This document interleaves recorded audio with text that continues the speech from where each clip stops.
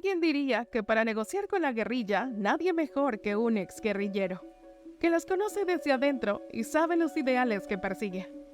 Pero esto no es el caso del gobierno del presidente actual de Colombia, Gustavo Petro, con sus mesas de negociación de paz con el Ejército de Liberación Nacional, ELN.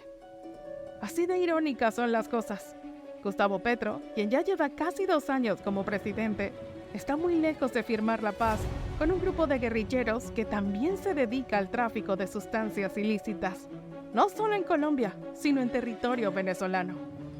La pregunta es, ¿Gustavo Petro no sabía esto cuando en campaña ofrecía que al llegar a la presidencia en 3 meses firmaría la paz con el ELN? Claro que lo sabía, pero necesitaba hablar de un discurso de paz durante y después de la campaña electoral, que solo se queda en retórica y nada de acción. Pues ese es Gustavo Petro, un abogado exguerrillero conocido como alias el Cacas, buen orador, pero un pobre o negligente ejecutor. Durante la contienda presidencial, el exalcalde de Bogotá, Enrique Peñalosa, alegaba que si quieren un ejecutor en la presidencia de la República Colombiana, lo eligieran a él. Ahora, si quieren un tipo que hable bien, escojan a Petro. Petro no hizo una buena administración durante su paso por la alcaldía de Bogotá, y su ejecución de contratos de mejoras de la ciudad fue negligente, y no terminó su mandato al ser destituido por la Procuraduría. Pero es muy buena oposición criticando a los que están ejecutando, y ahora que le tocó volver a ejecutar, no tan solo se dedica a incendiar con sus trinos la red social X, antigua Twitter, sino que parece ser un embajador del gobierno venezolano para lavarle la cara al dictador Nicolás Maduro. Para muestra un botón el alto índice de inseguridad que se vive en el país colombiano. Los datos del Ministerio de la Defensa muestran un aumento del 81% en los secuestros con respecto al año 2022.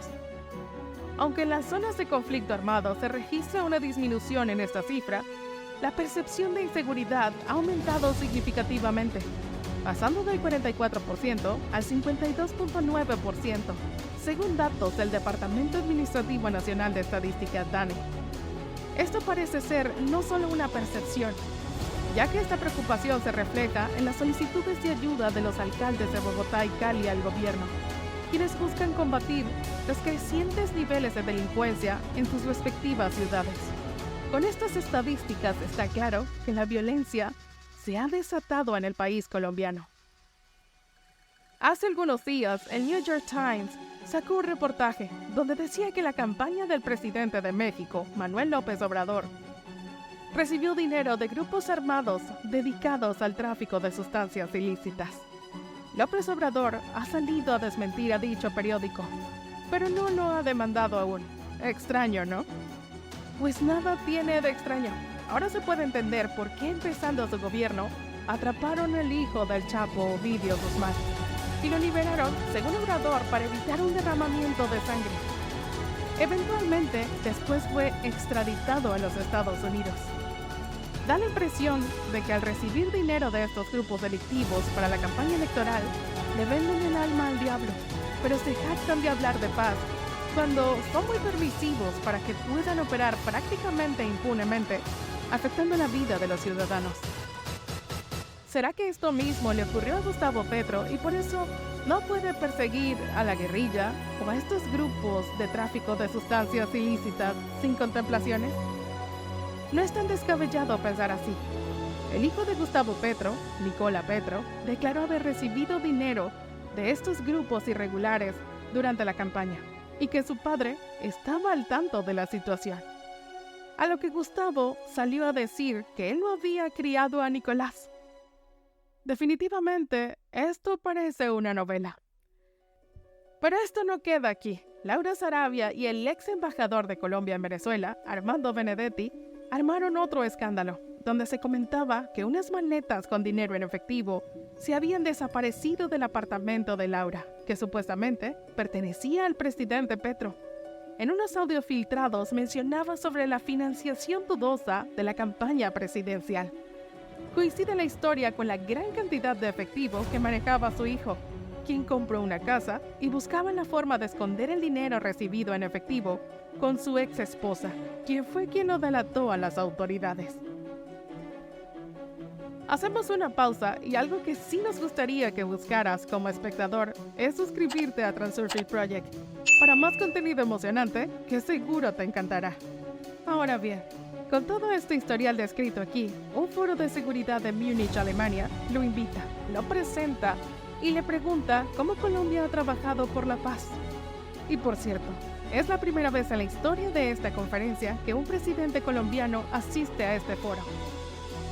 ¿Es Gustavo Petro el indicado para hablar de la paz en Colombia? ¿Alguien quien fue guerrillero? Aunque es un foro privado, ¿cómo se puede explicar que invite al presidente colombiano como especialista en la materia? ¿Se cuenta y no se cree? ¿O será que esta conferencia de seguridad es parte de la agenda progre, que solo invitan a los que se alinean con sus políticas y dictámenes? ¿O lo hacen para darle un poco de credibilidad a Petro con sus bajos índices de aceptación en la presidencia de la República de Colombia? Es tan bajo su índice de aceptación adentro como afuera del país, que durante su última presentación en la Asamblea General de la ONU, pocos mandatarios y diplomáticos querían oír su discurso, a tal punto que Petro solicitó al moderador del evento que interviniera para poner orden en la sala. Quedó prácticamente ignorado por sus pares y por los diplomáticos de otros países. En la otra cara de la moneda, el presidente de El Salvador, Nayib Bukele, ha transformado en historia feliz el tema de seguridad de los salvadoreños. Lo que se conocía como la capital de la muerte fue transformada en un país donde reina la tranquilidad y lo lograron en tiempo récord. De ser considerados uno de los países más peligrosos del mundo, con una tasa muy alta de homicidios por habitantes, hoy en ese país se respira paz. Y es considerado uno de los más seguros de América Latina. Cabe destacar que no ves a Bukele hablando de paz en sus discursos a diferencia de su homólogo colombiano. Lo que sí está claro, por los resultados obtenidos en materia de seguridad, es la voluntad política de acabar con las pandillas que tenían secuestrado los espacios de los salvadoreños. ¿Cómo ha logrado Nayib Bukele acabar con las pandillas? Con un estado de excepción indefinido, permitiendo actuar sin clemencia contra los delincuentes, a lo que muchas ONG y organismos internacionales han criticado el trato de los derechos humanos de los delincuentes en El Salvador. Y aquí nos asalta una duda.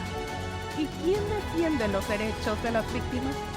Pareciera que estas ONGs y organismos internacionales velan solo por el derecho humano del victimario. Parece que la fórmula o modelo practicado por el presidente salvadoreño está dando resultados. Bukele alega que una persona que violó los derechos humanos de otro no puede exigir que se le respeten los suyos.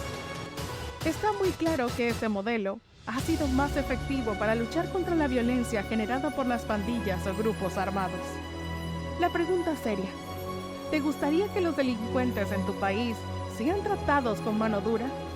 ¿O prefieres seguir el modelo del debido proceso, que está claro, no está diseñado para resolver el problema de fondo? Es extraño que con lo expresado anteriormente, el Foro de Seguridad de Múnich no invitara a Nayib Bukele para que contara la historia de éxito que está sucediendo con la seguridad de los salvadoreños. Más bien permitió que Petro intentara otra vez lavarle la cara a Maduro, diciendo que el éxodo de más de 7 millones de venezolanos se debe al cambio climático y no a la violación de los derechos humanos o a la crisis política y económica que ha venido sistemáticamente sufriendo el país venezolano. Colombia, durante la presidencia de Álvaro Uribe, practicó una receta similar a la que hoy en día está llevando a cabo Nayib Bukele: el perseguir sin contemplación a los criminales de la FARC, logrando disminuirlos, y eventualmente en el gobierno de Juan Manuel Santos se logró sentarlos para negociar la paz. El país cambió radicalmente y los colombianos empezaron de nuevo a disfrutar las bellezas naturales de su país, ya que podían transitar libre por el territorio y no preocuparse por una redada de los delincuentes de la FARC. Está muy claro por qué Colombia no está más segura desde que Petro asumió las riendas del país colombiano, y mucho menos respira un aire de paz.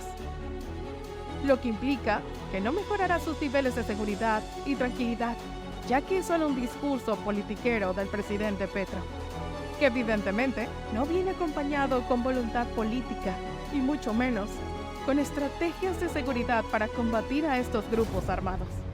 ¿Crees que la falta de coordinación y enfoque dentro del equipo gubernamental puede atribuirse a la aparente desconexión del presidente con la realidad administrativa y de liderazgo? ¿Esto obedece a una agenda? Te esperamos en la caja de comentarios. Transurfing Project se despide hasta un próximo video.